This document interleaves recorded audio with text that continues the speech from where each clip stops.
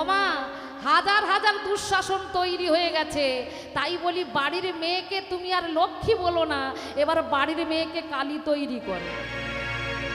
যদি কালী তৈরি করতে পারো, হাতে যদি খড়গ ধরাও, বলে দেবে রাস্তা দিয়ে যাবি, দুঃশাসনের মতো ব্যক্তিরা তোর সামনে এলে খড়গ দিয়ে তাদের পা দুটো কেটে নে।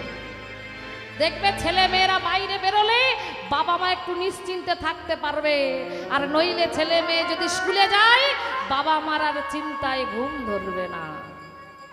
দুঃশাসন বস্ত্র ধরে টানছে। দ্রৌপদী কাকে ডেকেছিল? ভগবানকে। দুটো হাত তুলে ডাকলো, ভগবান তার কাছে এলো। ভগবান বলল আমি তোমাকে বস্ত্র দিলাম, আর কি চাও? দ্রৌপদী বলল আর কিছু আমার লাগবে না। বলল ভগবান আরো তুমি নাও, তোমাকে আরো দেব। বলল কিছু দরকার নেই, তুমি একটু সোনা নাও, নেব না। তুমি একটু হিরে নাও, নেব না।